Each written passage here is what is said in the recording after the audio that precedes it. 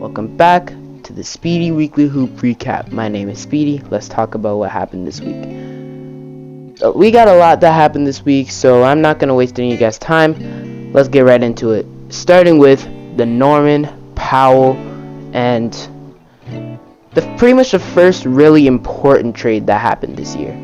The other trades are just like little trades, like, oh, this guy going here, this guy going here, oh, whatever. But like this time, we actually got Norman Powell to the Clippers, and the Blazers trading two of their pretty important pieces, which means they're probably going to rebuild. And that's ironic, and it kind of sucks because I already recorded a Trailblazers rebuild, and I don't know if I'm going to have to re-record that now that, you know what, I think I'm actually going to re-record it, because Norman Powell did play a part in us winning the championship, but now that he's not there, you know, so that kind of, yeah. But anyways, I talked more about that trade in a separate video that I released on Friday, so you guys can go check that out. I'll probably leave a card in the top right corner. Just click on that and you'll be able to see that video, because I didn't have that much to say. It's probably one of the shorter videos I've uploaded, but yeah.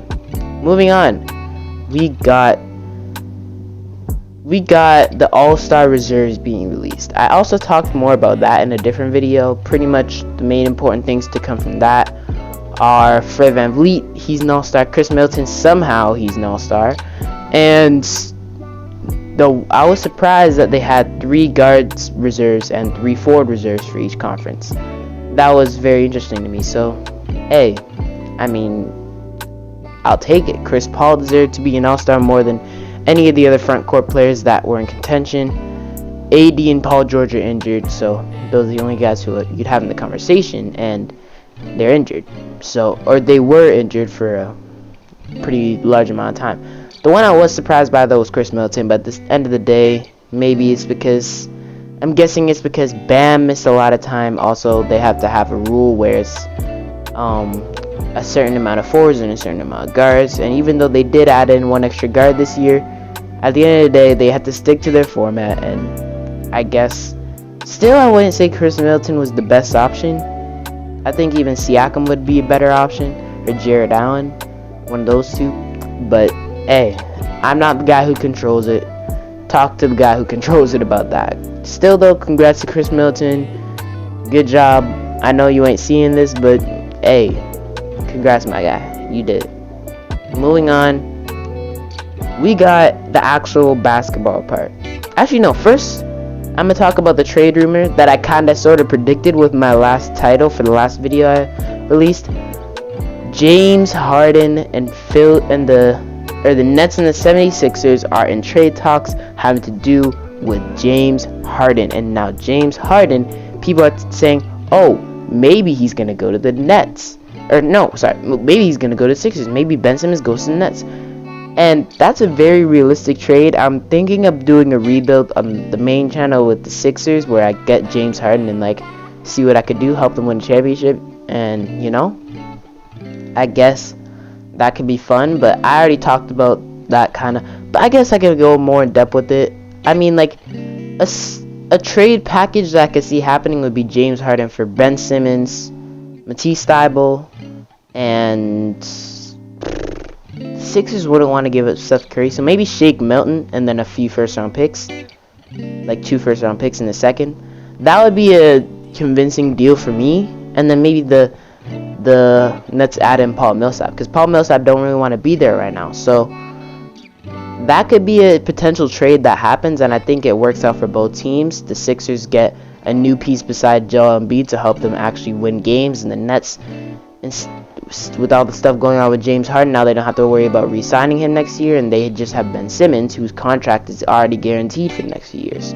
So honestly, that's a W trade for both teams. Also, the Nets get back a few young pieces, and the Sixers get back Paul Millsap, who's a seasoned vet who could hopefully help them win. At the end of the day, I want parity in the NBA. The Nets, having the Nets in the league, even with all the injuries and health and safety protocols, when they're all at their best and healthy and, you know, able to play every game, then it's like that's unfair. Like, I saw this thing where they've only played 17 games as a big three, with all big three in game, and out of all those games, they're like 16-3 or something, or 15-3 or something. This is really crazy number, but yeah, when the big three is all playing, then it's deadly. It's a deadly trio, man. So to add parity to the NBA, trade Harden to Philly, and hey, we'll see what happens from there. That would be a really interesting deal, and I want that to happen, to be honest. But at the end of the day, it is just a trade rumor, so you never know what's gonna happen. It could happen, it might not happen. Who knows? Moving on, let's actually talk about the basketball part now. The Phoenix Suns. I was thinking about making a video about them on Tuesday night after they were like just going absolutely crazy, but I might as well continue to make it now. They're 42-10, so they did lose a game since then, but like, I mean, they're still really, really good. I underestimated Chris Paul in my All-Star predictions video. I was thinking, oh, Chris Paul's not even doing that much. He's not even that good at this season. He shouldn't be an All-Star, and I was proved completely wrong. Chris Paul did end up becoming an All-Star reserve, and he's been leading this Phoenix Suns team. And actually, after watching, because I watched the end of the Suns versus Nets game that happened on Tuesday, and after actually watching Chris Paul play the point guard position, he's literally the ultimate point guard. He's the best guy you can have at your point guard position. Well, no, that's not true, but he's like the definition of the point guard position. He's not the best point guard, but he is the point guard. Like, he's the definition. If you had to give a visual of a perfect point guard to somebody who doesn't know anything about basketball, give them Chris Paul and they'll automatically understand. He has the right amount of scoring, right amount of passing, right amount of, he knows when to pass, when to get his own bucket. And he has the basketball IQ is crazy. He just got everything, and hey, it's working for the Suns right now. And you can't forget about Devin Booker. He's been having a great season, although people have been saying his shooting hasn't been as good as last year or the previous years from three. He's still been having a great season. He deserves to be an All-Star, so congrats to him for being the All-Star game. Congrats to Chris Paul. And hey, the Suns are on fire. They are definitely contenders this year. I want to see what happens with them.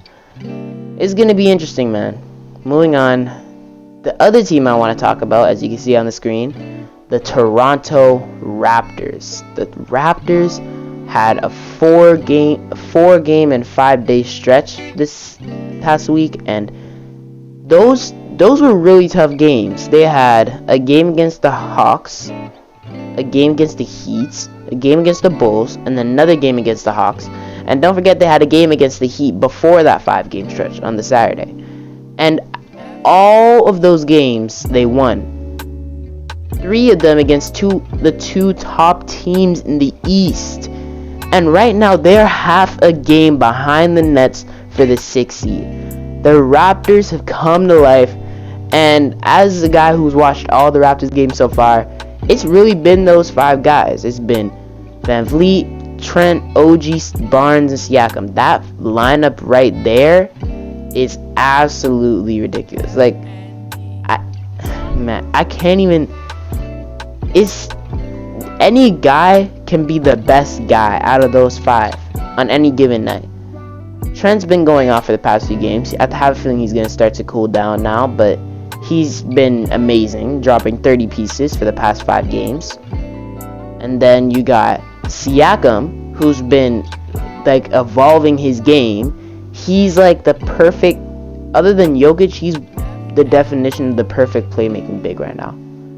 Based on how he's playing, yes, that's okay. Maybe that's a bit of maybe it's a bit of an exaggeration, but my point is, he's playmaking, he's scoring, he's rebounding, he's playing amazing defense.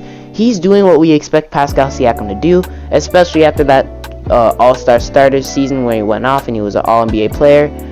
He's gone back to that form, and he definitely deserved to be an All-Star over Chris Middleton. but sadly he didn't get the nod. Other than that, there's also Fred VanVleet, the actual all-star for the Raptors this year. He had an amazing stretch, and he was doing great, and he cooled down a bit after that, but now he's starting to turn it back up, and he's leading this team right now to all their wins, and he's doing great. And then you can't forget about OG. He's been doing good, even though he was on fire at the beginning of the season. He cooled down, and then he's just been consistently good. You can't forget about the rookie Scotty Barnes, and everybody in this little lineup can be, like I said, everybody can be the best player. At the beginning of the year, you had OG who was the best player, and then Scotty was on the side too. He was doing really good. Then, as the year progressed, we got to December. OG took a bit of a step down, but VanVleet took a step up. He leveled up, and at that time, also Pascal Siakam came back. And even though he was still trying to warm up, get back used to his best form, the form that he's in right now, he was still doing really good. And VanVleet was doing amazing. He was dropping 30 pieces every night, and he was doing that until January, when Siakam really turned up. Siakam went off. He's getting triple-double type numbers. And the thing is, they're still losing some games because Trent is still out. Because all this time, they've been struggling with injuries at the same time. Because beginning of the year, Siakam was out. Then as the year progressed, eventually OG went out. And then December, you had a bunch of guys out because of health and safety protocols. And then January, Trent was out. And now at late January to early February, now you got guys Trent back, OG back, VanVleet back, Siakam back, and Barnes has been the one guy who stayed healthy throughout almost this whole time, and is amazing. Now you see what the Raptors can do when they're healthy, and they're winning games. They're half a game behind the Nets, the team with 3 of the best players in the NBA. So you love to see it, man. You love to see it. I think that's all I have to say about the Raptors. Is there anything else I really have to say about the league? I mean, you know what? Oh, wait. I did hear about the new Rising Stars Challenge format, and that's interesting. That's all I have to say about that. The Hawks have been heating up for the past few games, even though they've won on a stretch where they were 8-2 or something and 2, where they won all their games except for 2 of them, and those 2 were against the Raptors, which is absolutely amazing. But I already stopped talking about the Raptors. So the Warriors have been on fire, even with Curry, without Curry, it doesn't matter. Curry, he went on a really cold stretch, and he's starting to get back to his actual self. And Clay's still there, Draymond's still there, all those guys are still there, and the Warriors are still continuing to dominate. I heard about some rumors with Donovan Mitchell and Rudy Gobert, the turmoil over there. Now there are their little feud going on. Now they're starting to not like each other anymore again, and bad. But hopefully it works out. I do like the Donovan Mitchell Rudy Gobert duo, especially because of Donovan Mitchell. Donovan Mitchell is my favorite, or one of my favorite players in the West. I think I've said that before, but yeah. You also got the Trailblazers now trying to shift into a bit of a rebuild. They are right now tied with the Pelicans for the 10th seed. So hopefully that means out of all these 5 teams, the Pelicans, Spurs, Kings, actually not 5. The Thunder and Rockets aren't making it. But out of the Pelicans, Spurs, and the Kings, one of those teams is going to make it to the play-in. Last year, the Spurs made it to the play-in. This year, it's between them, the Pelicans, and the Kings. And I think if Zion does come back before the end of the season, the Pelicans do have a shot at making it to the play-in. And if they make it to the play-in and face up with a team like the Clippers with no Paul George and no Kawhi, then that means possibly the Pelicans could make it to that other next game, and where they face either the Lakers or the Timberwolves, and they could beat the Timberwolves. So if the Pelicans end up making the playoffs somehow, like, and they're the 8 seed, that would be very interesting. They're not going to get anywhere with this, so I think the best option for either of these teams, like, because all of them, at the end of the day, the best option for any of these teams from 10 to 15 in the West is, if you're going to make the play-in, make it, but just lose, and then if you're not going to make the play-in, tank, and try to get a good draft pick, because none of these teams have a chance of making it anywhere far in the playoffs unless Dame comes back for the Blazers. But even with that, they traded away Norman Powell for Eric Bledsoe and Justice Winslow, so that's pretty unlikely. And there's one last thing I want to talk about, Luka. Luka has been starting to turn it up. Luka has been getting back in shape. He's getting back to his prime self, and that's great to see. I had him as my MVP pick at the beginning of the year, and I don't think that's gonna happen at all. But hopefully he could just be Luka, because I don't want him to just suck.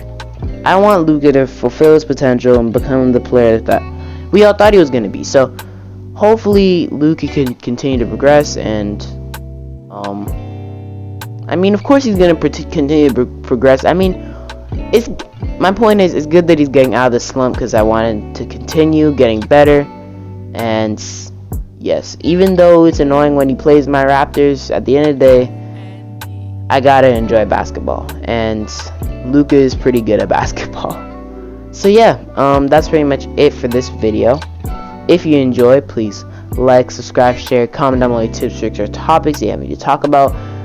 The What If series, it's not coming this week. I'm sorry, but next week, hopefully. Next week is a hopefully. Not a yes, it's a hopefully.